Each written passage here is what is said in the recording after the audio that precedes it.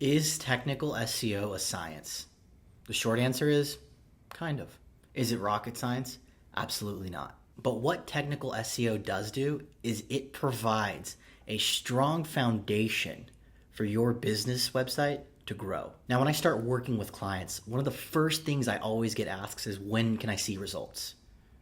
And as you may know, SEO takes from 1 month to 3 months to see minimal results. Now, if you have a technical SEO problem, it's going to take a little bit longer. The reason why it takes longer is because when you fix these technical SEO issues, picture someone standing on a rug and you pull the rug out from underneath them. They fall. It's kind of the same thing with your website. You sort of put Google in their whole entire bot and SEO algorithm process. It just drives them nuts. And what we have to do is correct those issues. That way, there is a suitable plan. The first thing I look at when I go into websites, like I said earlier, is the foundation. If you're trying to grow a website that has a foundation, it's not going to grow. You may see common spikes, but your traffic will not stick. And in SEO, we only do things that stick. If you're looking for a robust foundation that brings you large amounts of organic traffic, this video is going to be crucial for you.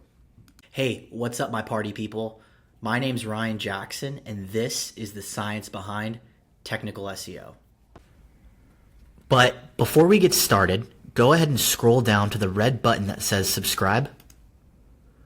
Click the bell icon, then hit all. What this will do is give you live updates of the latest and greatest content that I put out.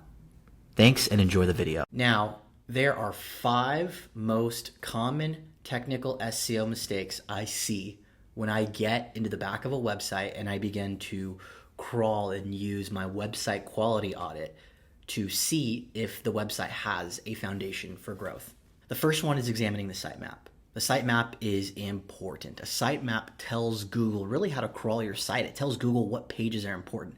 Now, I will say, sometimes there's URLs Google will crawl and they're not on your sitemap.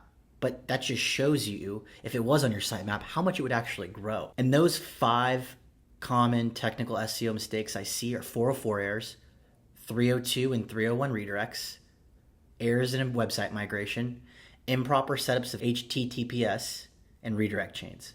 All of these issues prevent Google from ranking your site as high as it possibly could. The first one I want to talk about is a 404 error. Have you ever gotten a 404 error on a website before? It is the most annoying thing in the world. You're going to a website, let's say you're looking for red t-shirts, because I'm wearing a red t-shirt today.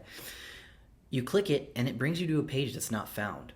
It's frustrating as a user, and likely you're going to exit or press the back arrows to get out of the website. It's the same thing for Google searches, Google search engines. They send crawlers to your website. They want to go see and possibly rank your red shirt, but they go and they see a page isn't found. Think about being a crawler. Where do you go next? Right? You have to start your whole entire process over, and crawlers are lazy. Google only sends a certain amount of crawlers to your website, and when they crawl your website, you want to make sure they crawl it with ease. That way they can crawl every single page you could possibly have. There's really 3 ways a 404 error happens. 404s typically occur when a web page is deleted or moved to a new URL. It's missing a character within a URL, or you forget to put a redirect on it. And essentially, the best way to fix a 404 error is to redirect it to a page that is similar. Not everything goes to your homepage. If this is a red t-shirt and you're going to a web page that has red t-shirts, maybe you redirect it to a page that has red t-shirts on it or other t-shirts of sort. That way, there's at least a similar web page that they can go to in their next step when they go to the website. And while we're in these errors, I really want to talk about the 5 sort of HTTP status codes you can get on a website. The first one's 100 errors. This is an information request.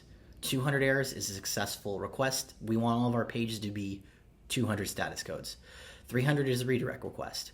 So if you think about a redirect, it's essentially someone's trying to go to a web page and you redirect them somewhere else because you don't have the product, it's out of stock, you no longer sell the product, whatever it is.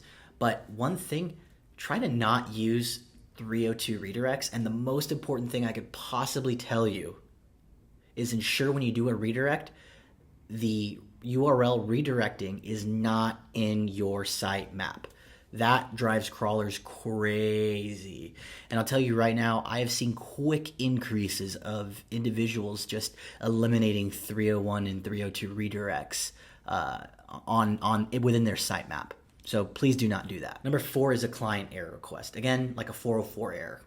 The next is a 500 request, which is a server error. So if you're going to a website and you're pinging your server, a bunch of different times, and they're sent to a 500 server error. 301 versus 302 redirects. To be honest, you should barely ever use a 302 redirect. It's almost like a pointless redirect because Google always flags it. You really don't want temporary redirects on your site. It shows Google you're unsure of doing something. Google wants to know that you're confident in all the decisions you make on your website. And when you have a 302 error, you're just sort of like, should this be redirected or not? A 301 redirect is a permanent redirect. So if you're redirecting a product that you know you're never going to carry again, there's no reason to have it on your website unless it carries some sort of link equity or authority on your website, right? Then you want to look at what you can do to sort of alter that URL to provide a better user experience to bring more people in. You can look at Amazon affiliate links. You could look at redirecting it to a different site and many other things. The next is redirect chains. If those are in a site migration, it is detrimental to your site. Every time I think of redirect chains, it almost makes me want to not sleep at night because there's been websites that I've managed, and I'm sure if you watch this video and you know me well, you'll know what website it is. But there was 300, maybe 400 redirect chains. Imagine having to go into the back of a website and manage and change every single URL to not have a redirect chain. It's awful. And imagine how Google feels about it. If I seem stressed out about it, imagine being a crawler going to that website. It'll probably laugh and just want to go somewhere else because I thought the same thing when I had that account. When in doubt, audit your website. Whether you're hiring an SEO, you're freelancing work to an SEO, or you're a business owner just looking to start growing your business. Let's say you're a tech startup or whatever. Always, always, always audit your website before you do anything, okay? Audit your website. There's a variety of different things that can go wrong. There's a variety of different things that could contribute to losses in traffic and whatnot. And so what I'm going to do for you, for watching this video, I'm going to give you a free website quality audit for subscribing to my email list. Completely free. Typically, this is about $500 worth of value. But for this month, the month of June, it's going to be completely free. Thank you so much for tuning into the video, and we'll talk soon.